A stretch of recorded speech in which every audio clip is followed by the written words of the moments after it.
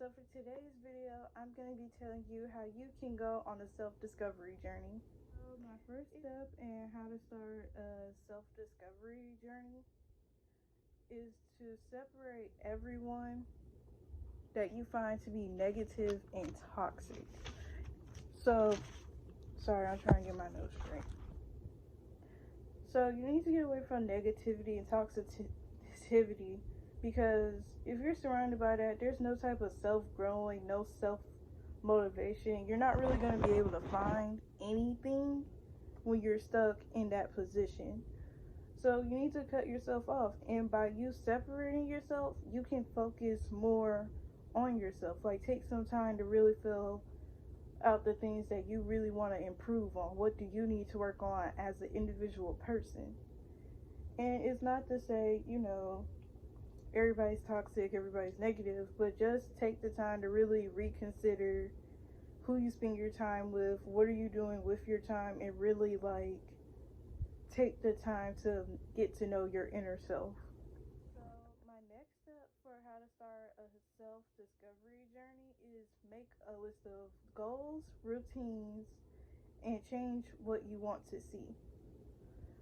So everyone makes these New Year's resolutions, or some people do, some people don't. You comment down below if you did and how's it going for you.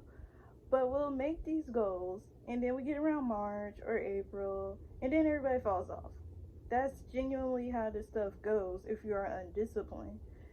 And everybody has, some type of routine. Oh, I go to work today. Oh, I have class today. Or today is gym day. Or, I physically have to be somewhere. But due to us being in quarantine, you can't really go anywhere.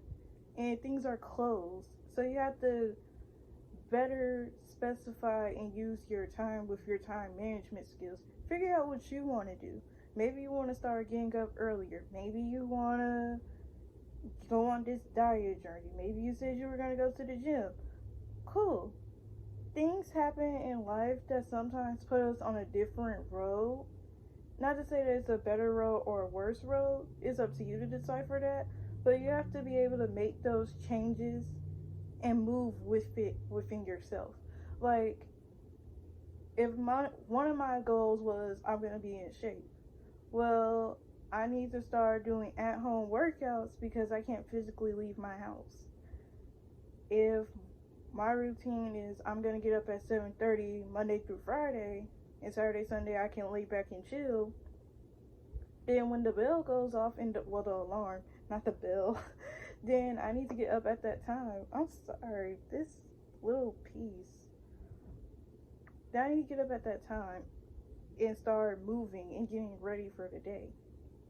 You need to be able to have that discipline within yourself and create something you get excited for. Not you need somebody else to do it so you can get excited and move.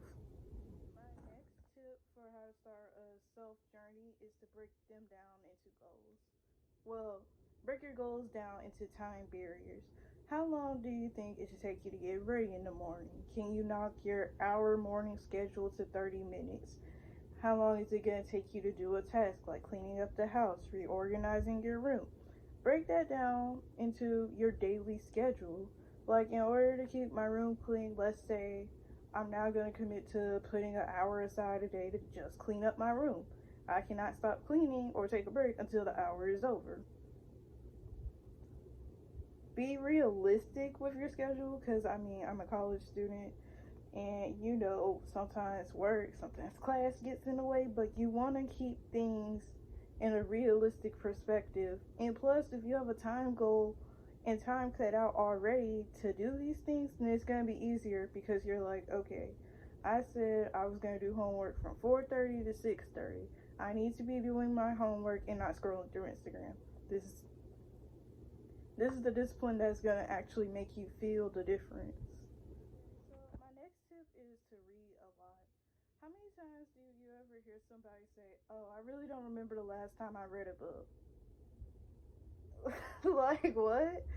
There's so many books, so many libraries, so many audiobooks, so many different ways you can read now. Like, you have audiobooks, physical books, ebooks, magazines, different platforms and medias to read. So if you're on the go and you're like, I said I was gonna read, but I just don't have the time, pick up an audiobook. There's nothing wrong with that. There's plenty around YouTube, and then you have Audible that you can use to your benefit. I am not sponsored by them, but you can use them to your own benefit to continue on with your goals. Like when you're reading, I feel like you get a deeper understanding of yourself. Like if you're reading fiction, you're really connected to the character. You're really in the story with them. Like you might as well see the book unravel like a movie. Or if you're reading a self-care book, which is what I've really been into, or the ones about money, which I've also been into, then you're really connecting the dots. Like, oh, if I put this aside, or I put this system in my life, I can see how it's slowly adding up. I can slowly feel the difference. And plus, it can make you rethink some of the things that you've done. Like in the past, I used to have a lot of grudges against people, and that's not really good because I'm supposed to, be telling you we're going to be positive, we're going to be happy. But when you're angry and you're upset with someone, you feel that you're right. You feel like you are 100% right. You don't feel like anything you did was wrong. But when you're reading and you're thinking about stuff, like it can be, I am entitled to my feelings, but I am not entitled to hurt other people. Those are completely two different things. And I feel like reading opens the mind up to have more perspective and more intuition and be more introspective about yourself. My next tip is to clean and reorganize your space. So, everybody has a junk drawer, a storage unit, a storage room, whatever you would like to call it. We need to clean and reorganize space so we can let in room for new stuff or stuff that is actually of value to us, but we're not able to see it because there's a lot of clutter and a lot of stuff around you. Like research has shown, when there's a lot of clutter and stuff around you, you can't really focus because you're always like fidgeting with something. You have a lot on your mind. So with a clear workspace, a clear environment, you're able to breathe, you're able to focus, re-energize, and really feel comfortable with yourself. This new reorganized and clean space gives you the opportunity to be feeling refreshed, rejuvenated. You feel like, okay, now I'm ready to work. Now I can do something.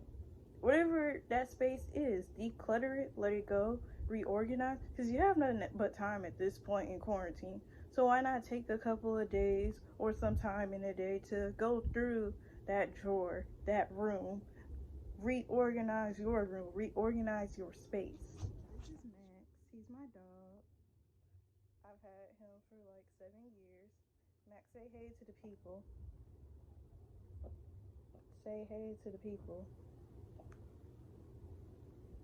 Okay, that's also cool though. He likes dog snacks, the expensive kind. And he likes chicken bones and table food. Say hey. Okay. I guess he decided not today. So, my next tip is try new things once a day. So, let's say you're going out to eat, because everybody goes out to eat for lunch when we weren't on quarantine, or, there's always that one place that everybody likes to go to. So, try to have something new on the menu that's out of your comfort zone. Like, if you usually order a burger, order a salad. If you usually order a salad, order a burger. Order a sandwich. Order just something different. Mix it up every once. Or add something to your usual thing. It could be something completely different, and it'll probably grow on you. Trying something new opens opportunities for, like, okay, I really didn't know what that was before, but now I actually like it more than what I was originally having. So I just feel like it's something everybody needs to do, because it can get boring to have the same old all the time. Like, oh, we're gonna do this, oh, I already know what it tastes like, I already know what it is, it's pretty good, I'm pretty fine. But when you try something new, it's just something like it gives you an inner excitement. You comment down below if you feel the same way. Like, you don't know what it's like. If I go to Starbucks and I order a drink and I don't know what it tastes like, I'm a little nervous, but I'm excited. Because if it turns out to be good, it usually turns out to be my new favorite for a period of time, and then, you know, try something new. Okay, my next tip is to hold yourself accountable. Alright, ladies and gentlemen, how many times have we said, okay, I'm really go to the gym tomorrow, I'm gonna do this, I'm gonna do that, I'm gonna be really organized this year, I'm gonna do all these different things. And then you end up not doing them. Let's cut it out.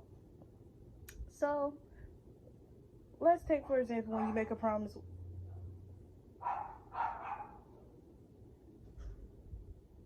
When you make a promise to your friend, you never want to break a promise, because it's like now you're breaking their trust. And now as you broke your trust, the friendship is kind of tainted. So think of it like that. When you promise yourself, you're pinky promising, this looks weird. You're pinky promising yourself that you're not going to break your promise to yourself. If you break your promise to yourself, you're not reliable to yourself. If you ain't reliable to yourself, all hope is lost for any friendship and relationship you have with anybody else. Hold yourself accountable. If you say, I'm going to go to the gym today, but because we are in quarantine, we cannot go to the gym, get up, watch a YouTube video, and do some work at home. Like, that is an opportunity. You can walk around the neighborhood. You can get some form of exercise in. You can walk up and down the stairs. And if you don't have stairs, you can do push-ups and sit-ups and other things like that. Like, you just have to rework what you already set out to do. And you have to hold yourself accountable. Because if you don't, who is? And if they do hold you accountable, it's going to be too late. And it's going to be even more effective on somebody else. So hold yourself accountable from within. Because how are you going to go on this journey to figure out what you really want to do, figure out the person that you're trying to become, if you're not holding yourself accountable with what you set out to do? My next tip is to pick up a goal. Not pick up a goal. Pick up a hobby or a skill. So, in middle school, I used to draw, write stories, play a couple of games on the Wii. Yeah, I'm that old. So, pick up a whole nother hobby or skill. So, my friend decided she wanted to create a bullet journal to become organized. And I'm not gonna lie, I actually like the whole bullet journal community.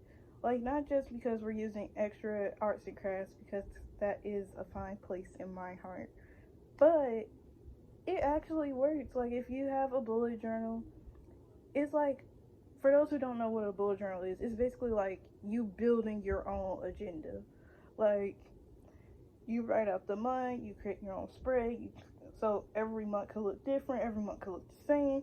You write down what you need to get done in a day, and you can have some type of system and be like, okay, this is done, but I need to get this done, or I need to get that done. That's the basics of it. Now, if you want to be more aesthetically pleasing or over the top, you can do a mood tracker, you can do all types of things. You can look on Pinterest and Tumblr. But for the purposes of this video, I'm going to condense it down.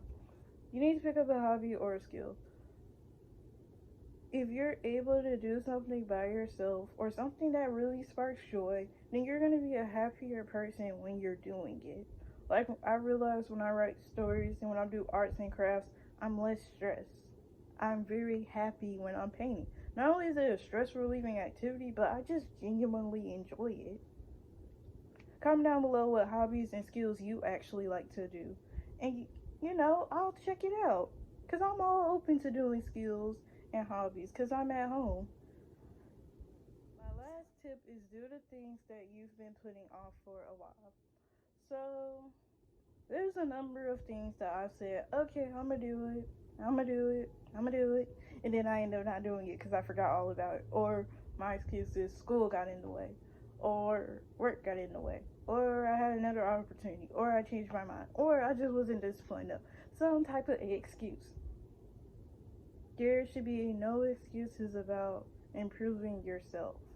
for yourself, okay? Before quarantine, I had this goal of, I'm gonna go to the gym once a week. And what did I do?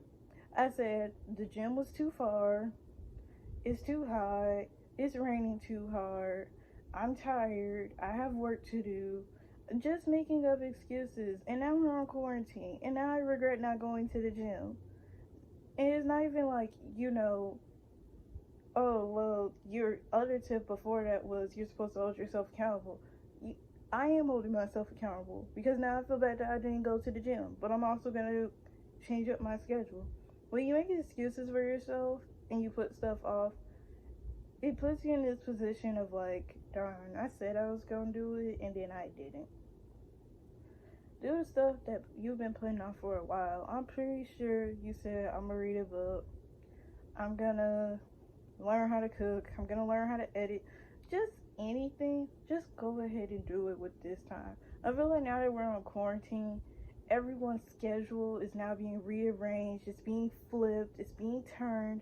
And we're not really sure what to do all this time. Like, you're used to getting up, commuting to work or school, and staying there.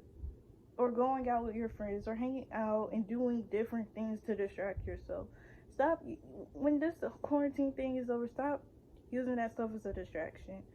Really do the stuff that you said you were going to do for the day. And start those activities that you said you were going to do. We have all the time in the world in a day. Let me put it like that. Like, you don't know when it's all going to be over. So why not use that time to your advantage? Like, take this time to self-reflect. Take this time to take a step back from social media. Take a step back from friends. And just really think about what you really want to do. What really makes you happy. Where you could be versus where you are now. In a positive light. Because you still can reach that place. Or an even better place you didn't know existed before. So that's all for this video. I really hope you guys enjoyed it. Don't forget to like, comment, and subscribe, and I'll see you in my next video.